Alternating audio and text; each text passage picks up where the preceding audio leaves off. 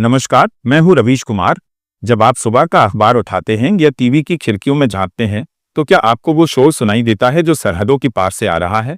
या फिर आप उन्हीं घिसे-पिटे बहसों में उलझे हुए हैं जो आपको नागरिक से दर्शक बनाने की कवायद का हिस्सा है? आज बात उस ड्रैगन की जिसकी हुंकार ने वॉशिंगटन से लेकर लंदन तक के सत्ता के गलियारों में हलचल मचा दी है। चीन ने बहुत ही सख्त और चेतावनी भरे लहजे में अमेरिका को आईना दिखाया है। बीजिंग की सरकारी मीडिया ने विक्टर दाओ के हवाले से जो कहा है, वो महज एक खबर नहीं बल्कि बदलती हुई वैश्विक व्यवस्था का एक खौफनाक संकेत है। दाओ, जो चीन की सत्तारूढ़ कम्युनिस्ट पार्टी के सबसे प्रभावशाली think tank centre for China and globalisation के उपाध्यक्ष है, उन्होंने 7 शब्दों में कहा है कि अमेरिका एक बहुत बड़ी रणनीतिक भूल कर रहा है। अमेरिका को लगता है कि वो अपनी सैन्य ताकत के प्रदर्शन से, तकनीक पर पाबंदियां लगाकर या फिर अपने दोस्तों के साथ मिलकर चीन को घुटनों पर ले आएगा। लेकिन गाओ कहते हैं कि चीन अब वो मुल्क नहीं रहा जिसे डराया जा सके। ये एक ऐसे दौर की आहट है जहां कूटनीति की कोमल भाषा अब इतिहास के पन्नों में दफन होती दिख रही है और उसकी जगह ले ली है अपनी शर्तों पर जवाब देने की जिद ने।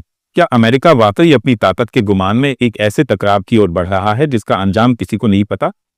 सोचिए, जब एक राष्ट्र अपनी संप्रभुता की बात करता है तो उसके पीछे उसके नागरिकों का संकल्प होता है। देशभक्ति क्या है? क्या ये सिर्फ झंडा लहराने का नाम है या फिर अपने देश के स्वाभिमान को दुनिया के सामने अडिग रखने की शक्ति है? आज जब हम चीन और अमेरिका के इस टकराव को देख रहे हैं, तो हमें अपने भीतर के नागरिक को जगाना होगा।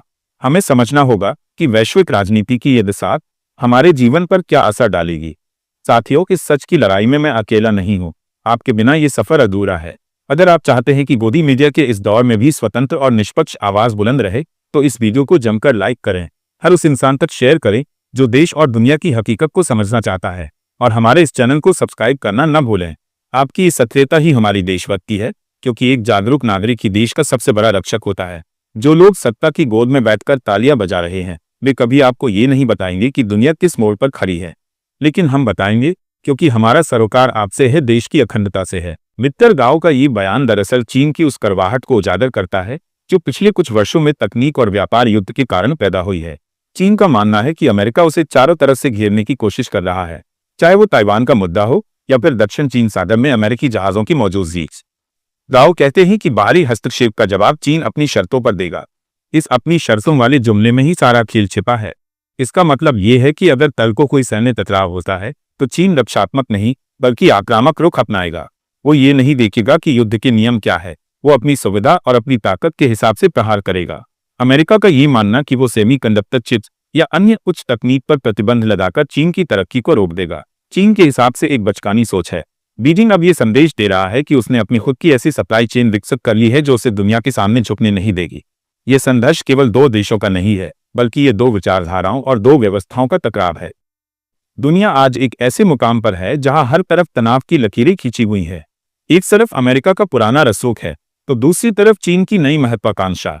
इस बीच में फंसा हुआ है वो आम इंसान जो सिर्फ शांति और तरक्की चाहता है।